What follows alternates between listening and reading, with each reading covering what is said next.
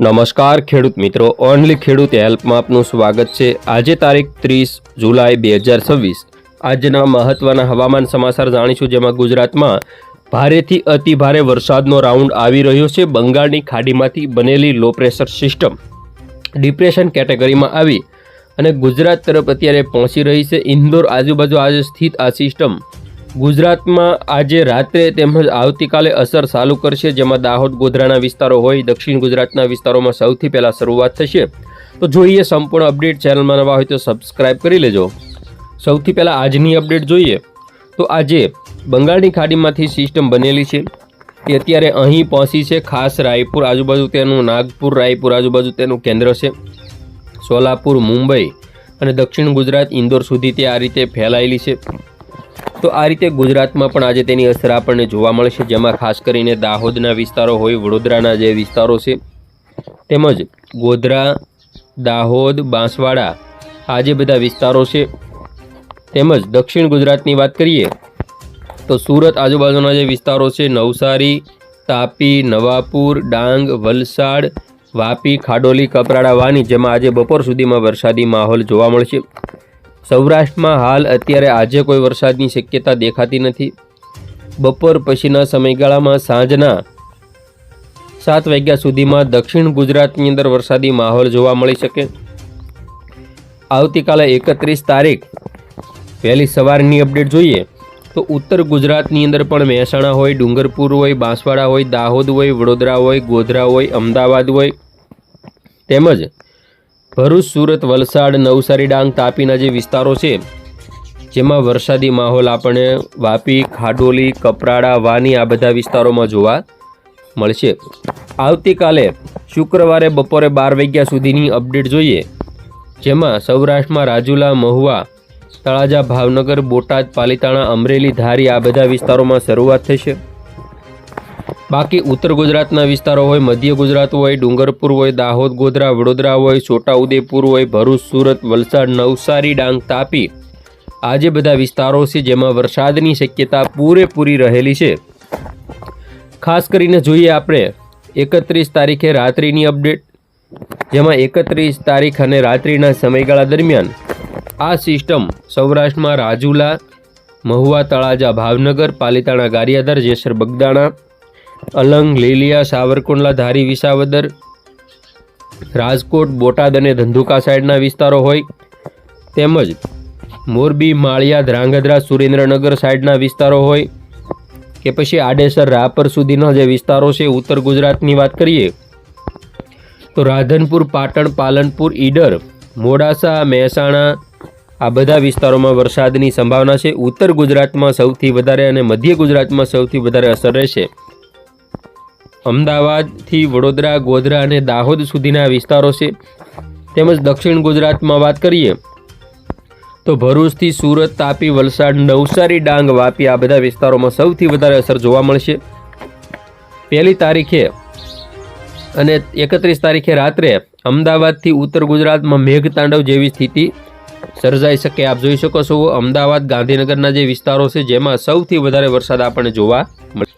1 તારીખની અપડેટ જોઈએ સવારના 6-7 વાગ્યાથી 8 વાગ્યા સુધીમાં ભાવનગર જિલ્લો, પાલીતાણા સુધી, તેમજ અમરેલી, જેતપુર, ઉપલેટા, જામનગર, રાજકોટ, બોટાદ અને ધંધુકા, ખંભાત, વડોદરા, ભરૂચ, સુરત, રાજપીપળા આ બધા વિસ્તારો, તેમજ મોરબી સાઈડના વિસ્તારો હોય, ધ્રાંગધ્રા, પાટડી, કડી, ગાંધીનગર, અમદાવાદ હોય, તેમજ કચ્છના જે વિસ્તારો છે, જેમાં ગોરડો, નખત્રાણા, ભુજ, ભચાઉ, રાપર, આડેસર, રાધનપુર, પાટણ, મહેસાણા, સાબરકાંઠા, અરવલ્લી, મહીસાગર આ જે બધા વિસ્તારો છે, જેમાં વરસાદની સંભાવના સૌથી વધારે છે।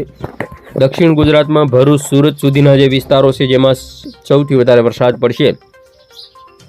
તો આ રીતે જોઈએ શનિવારે બપોર પછીની અપડેટ, જેમાં સમગ્ર કચ્છની અંદર સારામાં સારો વરસાદ રહેશે। સૌરાષ્ટ્રમાં ભાવનગરથી સુરેન્દ્રનગર, બોટાદ, મોરબી, ઉત્તર ગુજરાત, મધ્ય ગુજરાતમાં સૌથી વધારે અસર રહેશે।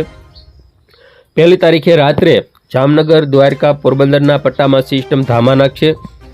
2 તારીખે વહેલી સવારે સમગ્ર સૌરાષ્ટ્રના વિસ્તારો હોય, તેમજ કચ્છના વિસ્તારો હોય અને ઉત્તર ગુજરાતના વિસ્તારોમાં વરસાદ રહેશે।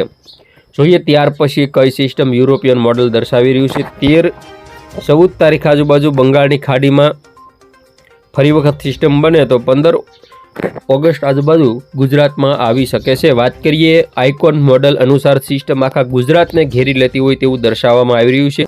તો આજે રાત્રે આઇકોન મોડલ અનુસાર અતિ ભયંકર મજબૂત સિસ્ટમ 31 તારીખે બપોર સુધીમાં તે સિસ્ટમ દક્ષિણ ગુજરાતમાં પસાર થશે અને દક્ષિણ ગુજરાતની અંદર સુરત, નવસારી, વલસાડ, ડાંગમાં મેઘ તાંડવની સ્થિતિ જોવા મળી શકે છે. તો આ વિસ્તારો સાવધાન. ત્યાર પછી 1 તારીખની વાત કરીએ. 1 તારીખે સિસ્ટમ અમદાવાદ, વડોદરા, ખંભાતના અખાત ઉપરથી પસાર થઈ સૌથી વધુ અસર કરે તો વડોદરાને, ભરૂચ, દાહોદ, ગોધરા, અમદાવાદ, સુરેન્દ્રનગર, મોરબી, રાજકોટ, બોટાદ અને ભાવનગર જિલ્લો તેમજ જામનગર, ગાંધીધામ, કચ્છ સુધી. ત્યાર પછી ઉત્તર ગુજરાતમાં પણ વરસાદ તો રહેશે જ, પણ આ સિસ્ટમની જે અસર છે તે સૌથી વધારે સૌરાષ્ટ્રમાં રહેશે. 1 તારીખે બપોરે જામનગર, રાજકોટ, મોરબી, સુરેન્દ્રનગર અને બોટાદમાં અતિ ભયંકર વરસાદ પડવાની શક્યતા છે. જે વિસ્તારો ઓછા વરસાદવાળા છે તેને પણ આ સિસ્ટમ લાભ આપે તેવું લાગી રહ્યું છે, કારણ કે 1 તારીખે બપોર પછી દ્વારકા, જામનગરની અંદર પણ ભારે વરસાદ રહેશે. તો બીજી બાજુ બનાસકાંઠા, સાબરકાંઠા, વાવ-થરાદ અને કચ્છના વિસ્તારોમાં પણ વરસાદ વધારે રહેશે. તો 2 તારીખ સુધી આ સિસ્ટમ છે. 31, 1 અને 2 તારીખ આ રીતે ગુજરાતમાં વરસાદ જોવા મળશે. હવે આપણે જોઈએ જીએફએસ મોડલની અપડેટ. જીએફએસ મોડલ પણ 31 તારીખે સવારે દક્ષિણ ગુજરાતમાં મેઘતાંડવની સ્થિતિ દર્શાવી રહ્યું છે. 1 તારીખની અપડેટ જોઈએ અથવા 31 તારીખની રાત્રિની અપડેટ જોઈએ તો ભાવનગર જિલ્લા સહિત સૌરાષ્ટ્રના મોટાભાગના વિસ્તારો અને દક્ષિણ ગુજરાતના તમામ જિલ્લાઓમાં અતિ ભયંકર વરસાદ પડવાની શક્યતાઓ આ મોડલ દર્શાવી રહ્યું છે. સૌરાષ્ટ્ર આખું અને દ્વારકા, જામનગર, મોરબીમાં 31 અને 1 તારીખમાં ભારેથી અતિ ભારે વરસાદ પડવાની શક્યતાઓ દેખાઈ રહી છે. તો આ રીતે વરસાદી સિસ્ટમ આગળ વધી રહી છે, નજીક આવશે. આવતીકાલે બપોર સુધીમાં અત્યારથી જ વાતાવરણમાં પલટો અને વાદળછાયું વાતાવરણ તો જોવા મળી રહ્યું છે. તો જોઈએ પવનની ઝડપ. આજે બપોર પછીની વાત કરીએ તો પવનની ઝડપ માત્ર ને માત્ર પોરબંદરથી દ્વારકા, જામનગર, જૂનાગઢ સુધી 40થી 42, 44 સુધીની જોવા મળશે. આવતીકાલે 31 તારીખ અને 1, 2 તારીખમાં પવનની ઝડપ વધશે, જેમાં સૌરાષ્ટ્રના વિસ્તારોમાં 50થી 55, દક્ષિણ ગુજરાતના સુરત આજુબાજુ 60 કિલોમીટર પ્રતિ કલાક, જ્યારે 2, 3 તારીખની અંદર પવનની ઝડપ યથાવત રહેશે, 40થી 50 કિલોમીટર પ્રતિ કલાકની જોવા મળશે. આગામી સમયમાં જોઈએ આપણે કે 8, 9 તારીખ પછી શું સ્થિતિ જોવા મળશે. તો પવનની ઝડપ પણ યથાવત રહી શકે છે. તો આ રીતે ગુજરાતમાં ભારે પવન ફૂંકાઈ શકે, જોટાના પવનો હશે. વાત કરીએ હવામાન વિભાગ દ્વારા શું અપડેટ આપવામાં આવેલી છે. તો હવામાન વિભાગ દ્વારા આજે જે અપડેટ આપવામાં આવી છે, જેમાં દક્ષિણ ગુજરાતમાં તમામ જિલ્લાઓમાં યલો એલર્ટ, મધ્ય ગુજરાતમાં પણ યલો એલર્ટ અને ઉત્તર ગુજરાતમાં પણ યલો એલર્ટ, જ્યારે સૌરાષ્ટ્રમાં ભાવનગર, અમરેલી, બોટાદ અને સુરેન્દ્રનગર 4 જિલ્લાની અંદર યલો એલર્ટ આપવામાં આવેલું છે. તો આ રીતે હવામાન વિભાગ દ્વારા આજે અપડેટ આપવામાં આવી છે. તો ખેડૂત મિત્રો, આ હતા આજના મહત્વના હવામાન